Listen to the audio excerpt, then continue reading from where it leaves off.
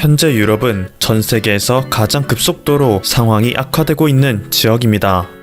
이 때문에 일각에서는 이를 유럽병이라고 부르기 시작했다고 합니다. 이에 지난 23일 열린 유럽연합 27개국의 화상회의에서는 유럽 시민들이 오명을 뒤집어 쓰고 있다며 불만의 목소리가 터져나왔죠. 당장 몇 주 전까지만 해도 아시아인들을 끔찍하게 차별해놓고 이제 와서 자신들이 조금 피해를 받는다며 억울해하는 모습을 보니 이중성의 극치라는 말밖에 나오지 않습니다. 아무튼 현재 유럽에서는 심각한 속도로 악화되는 상황을 조금이라도 개선시키기 위해 발버둥치고 있습니다. 그중 아일랜드는 지난 23일 티서 총리가 직접 나서서 사태 진정을 위해 한국의 모델을 도입하겠다고 발표했는데요. 한국을 적극적으로 본받아 사회적 거리두기, 광범위한 테스트, 추적 시스템 등을 도입하겠다고 했죠. 유럽의 수많은 국가들 또한 한국산 키트를 수입하기 위해 줄 서서 기다리고 있습니다. 한국 기업에게 갖고 있는 모든 물량을 달라고 하는 것도 있는가 하면 수출 시 반드시 메이드 인 코리아 표식을 새겨달라는 당부를 하기도 하죠. 이러한 상황은 미국도 크게 다르지 않아 빌 게이츠의 자선재단에서도 한국의 키트를 대량 구매 요청하기도 했습니다. 심지어 국내의 한 기업에서는 미국에 판매하고 신청을 하지도 않았는데 미국의 FDA로부터 긴급 사용 승인 신청을 해달라는 요청을 받았다는 황당한 경험을 이야기하기도 했죠. 또한 미국의 트럼프 대통령은 한국의 대응에 대해 매우 잘하고 있다라며 극찬을 했는데요. 그와 동시에 미국이 한국의 대처를 본받을 수 있도록 한국의 의료장비를 지원받기를 원한다고 말하기까지 했습니다. 한국의 의료장비가 미국에서 사용되기 위해 거쳐야 하는 장벽인 FDA 승인 등의 복잡한 절차에 관해서도 트럼프 대통령은 오늘 내로 전부 승인될 수 있도록 즉각 조치하겠다며 한국산 장비를 들이는데 굉장히 적극적인 태도를 보였죠. 이란의 하산 로하니 대통령 또한 한국에 서한을 보내 이번 사태 해결을 위한 의료장비 지원을 요청했다고 하는데요.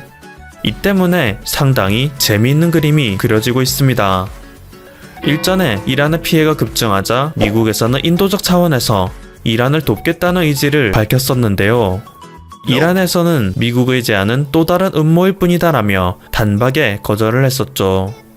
하지만 이란과 비슷한 시기에 위기가 들이닥쳤으나 그것에 대해 훌륭하게 대처를 하고 있는 한국에 대해서는 이란이 무한 신뢰를 보내며 SOS 요청을 한 것인데요. 한국 입장에서는 미국과 적대적 위치에 있는 이란을 독단적으로 도울 수 없기 때문에 이 문제에 대하여 미국과 활발한 소통을 했고 결국 미국과 이란, 한국이 3자 협의를 진행하게 되었습니다. 어쩌다 보니 한국이 미국과 이란의 관계를 중재하는 꼴이 되어버린 거죠. 그리고 이것은 일본에게 굉장히 배아픈 일이 아닐 수 없는데요. 작년 6월까지만 해도 일본의 아베 총리는 미국과 이란의 관계를 중재하겠다며 나서고 다녔기 때문이죠. 일본에게 있어 이란은 전통적으로 우호적인 관계이고 미국은 전략적으로 아주 긴밀한 동맹이기 때문에 아베 신조 일본 총리는 자신만이 두 국가를 화해시킬 수 있는 유일한 키맨이라고 생각했던 것 같습니다. 때문에 미국과는 한마디 상의도 없이 지난해 6월 이란의 하산 대통령을 만나러 갔었죠. 하지만 이란에서는 이러한 아베에게 대놓고 불쾌감을 보였습니다. 트럼프 또한 이 소식을 접하고 아베에게 미국과 이란 모두 준비되지 않은 상태인데 섣부른 행동을 했다 라며 비판하였죠. 야심차게 준비한 만큼 실패의 상처가 컸던 아베의 중재 외교였는데요. 가만히 있던 한국은 그저 자국의 일에만 집중하고 있었을 뿐인데 미국과 이란이 알아서 한국에게 접근을 했고 이에 따라 한국은 아베가 그토록 원했던 미국과 이란의 중재자 역할을 하게 된 것이죠. 일본은 현 사태에 대한 검사를 적극적으로 하지 않음으로써 겉으로 보기에는 굉장히 안정적으로 상황을 통제하는 것처럼 보입니다. 아베는 이걸 통해서 일본이 세계적으로 긍정적 이미지를 갖게 하고자 하는 욕심을 갖고 있었을 텐데요. 실상은 그 바람과 전혀 다르게 흘러가고 있죠. 한 트위터 유저는 세계 각국으로부터 위기 관리 방법을 자세히 알려달라는 요청이 오길 바랐을 테지만 정작 문의는 한국에게 집중되고 있다. 아베는 분명 세계로부터 버림받았다는 생각을 하고 있을 것이다. 라며 조롱하는 글을 남기기도 했습니다. 실제로 지난 20일 일본을 입국 제한한 국가는 이미 한국을 입국 제한한 국가보다 더 많아졌습니다. 공식적으로 공개하고 있는 데이터상으로는 일본이 한국보다 훨씬 낮은 수치임에도 불구하고 한국보다 일본의 입국을 막는 국가가 더 많다는 것은 그만큼 전 세계가 일본을 신뢰하지 않는다는 의미이죠. 이것만으로도 일본은 골치가 아플 텐데 도쿄올림픽의 문제는 일본을 더 궁지로 몰고 있습니다. 지난 24일 국제올림픽위원회 IOC에서는 도쿄올림픽을 내년으로 연기시킨다는 사실을 공식 발표했습니다. 국제적인 여론 때문에 올림픽이 아예 취소될 위기에 처하자 아베는 고육지책으로 IOC 위원장과 만나 협상을 진행한 것인데요. 이를 통해 취소만큼은 간신히 막아내긴 했지만 앞으로 1년간 일본이 수조 원의 손실을 떠안을 것이 확정되었습니다. 게다가 이미 잔뜩 생산해놓은 올림픽 기념품들에는 2020이라는 숫자가 새겨져 있는 물품이 많기 때문에 이 모든 것들이 쓸모없어져 버린 상황에 처했죠. 새로 개정된 일본 중학교의 교과서에도 2020년 일본에서 두 번째 하계올림픽이 개최된다 라는 문구가 적혀 있었는데 이것 또한 모두 고쳐서 인쇄해야 하는 황당한 상황에 처하게 되었습니다. 원래 2009년 한국에서 또한 2020 올림픽을 부산에 유치하려는 시도를 했었는데요. 이때 일본에게 올림픽 유치를 빼앗긴 것이 정말 다행이라는 생각이 들 정도로 이번 올림픽은 일본에게 저주 그 자체가 되고 말았습니다. 지금까지 퍼플튜브였습니다. 여러분의 구독과 좋아요 그리고 알림 설정은 콘텐츠 제작에 큰 힘이 됩니다. 감사합니다.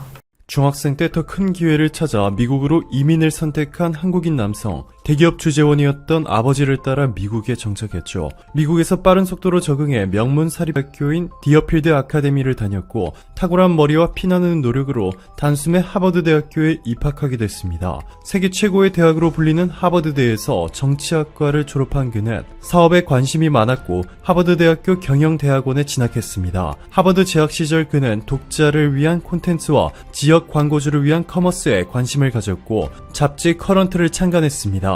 얼마 뒤 워싱턴 포스트의 자매지이자 뉴욕시에서 발행하는 미국의 주간 뉴스 매거진인 뉴스위크에 자신이 설립한 잡지 커런트를 매각했습니다. 대학원을 다니면서 해낸 놀라운 성과였죠. 이후 그의 뛰어난 능력을 알아본 보스턴 컨설팅 그룹에서 근무하기 시작했는데요. 김범석 씨는 2년 만에 때려치우고 다시 자신이 잘하는 사업을 시작했습니다. 명문대 출신들을 겨냥한 월간지 빈티지 미디어 컴퍼니라는 회사를 설립했습니다. 또다시 이 회사를 매각한 그는 2010년 한국에 돌아와 자본금 30억 원으로 쿠팡을 설립했습니다. 김범석 씨는 당시 미국에서 인기가 많았던 소셜 커머스 그룹펀을 보고 자영업자 수가 상당히 많은 한국의 소셜 커머스를 도입하면 성공할 것이라 분석했고 그의 분석은 적중했습니다. 윤증현 전 기획재정부 장관의 딸이자 SBS PD 출신의 윤선주 전 이사와 하버드대학교에서의 인연을 통해 함께 쿠팡을 설립했습니다. 초창기에는 무명의 벤처 기업인으로 대중들에 알려지지 않았지만 사실 초기부터 이미 벤처업계에서는 매우 핫한 인물이었습니다. 쿠팡을 차리자마자 미국 텍사스주에 있는 벤처 캐피탈 회사 매버릭 캐피털과 캘리포니아주에 위치한 미국 벤처 캐피털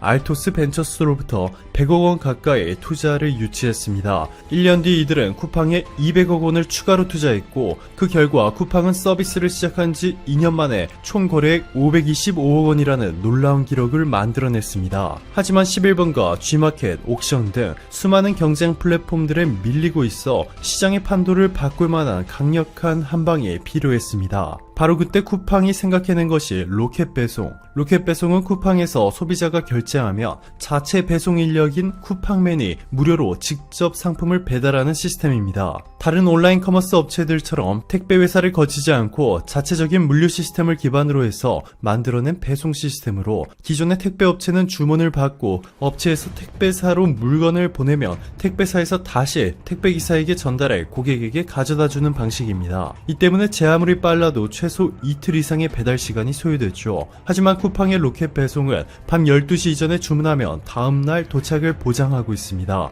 이를 위해서 쿠팡은 천문학적인 투자를 통해 전국 곳곳에 초대형 물류센터를 건설했습니다. 또 한 가지 특이한 점은 바로 쿠팡의 알고리즘을 통해 고객이 주문할 가능성이 높은 제품들을 예측해 판매자에게 데이터를 제공하고 판매자는 쿠팡의 로켓 물류센터에 상품을 미리 입고시킵니다. 즉 쿠팡은 고객이 주문을 하기도 전에 엄청난 규모의 제품을 미리 사들여 물류센터에 보관하고 고객의 주문이 접수되면 택배회사를 거치지 않고 바로 쿠팡맨을 통해 고객에게 배달하는 방식을 선택했습니다. 이러한 쿠팡의 전략은 빨리빨리 문화에 익숙한 한국에서 적중했습니다. 불과 2년 전까지만 하더라도 한국 이커머스 시장 1위는 이베이 코리아, 2위는 11번가였습니다. 그런데도 모바일 인덱스가 발표한 2020 9월 기준 MAU 순위를 보시면 쿠팡이 1991만 명으로 이베이와 11번가를 2배 이상 압도하고 있습니다. 그리고 최근 쿠팡이 미국 뉴욕 증권거래소에 상장하겠다는 소식이 발표되자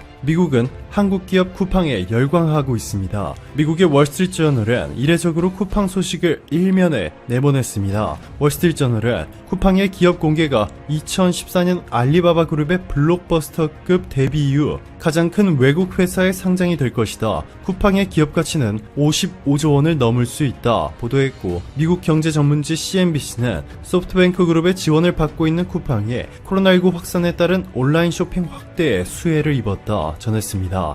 네, 맞습니다. 소프트뱅크는 2015년 쿠팡에 1조 1000억 원을, 2018년에는 비전 펀드를 통해 2조 원을 투자했습니다. 이렇게 일본 기업의 자금이 상당히 투자되었기 때문에 일본 기업이 아니냐는 논란도 있습니다. 쿠팡이 벌어들이는 수익 중 상당 부분이 향후 배당금 형태로 일본에 흘러들어갈 가능성도 무시할 수 없기 때문이죠. 하지만 김범석 의장은 29배의 의결권을 갖게 됐습니다. 즉 김범석 의장이 보유한 쿠팡 주식 한 주는 일반 투자자들이 보유한 주식 29주와 동일한 의결권을 갖게 되는 파워를 지니게 된 것이죠. 즉 김범석 의장이 쿠팡 지분 2%만 보유해도 주주총회에서 지분 58%에 해당하는 의결권을 행사할 수 있기 때문에 경영권을 완전히 장악할 수 있습니다. 일본의 소프트뱅크가 아무리 투자를 많이 했더라도 쿠팡의 경영권을 위협할 수 없다는 뜻입니다. 쿠팡은 지난해에만 2만 5천 명의 직원을 고용하며 국내에서 가장 많은 일자리를 창출한 기업으로 등극했고, 김범석 의장은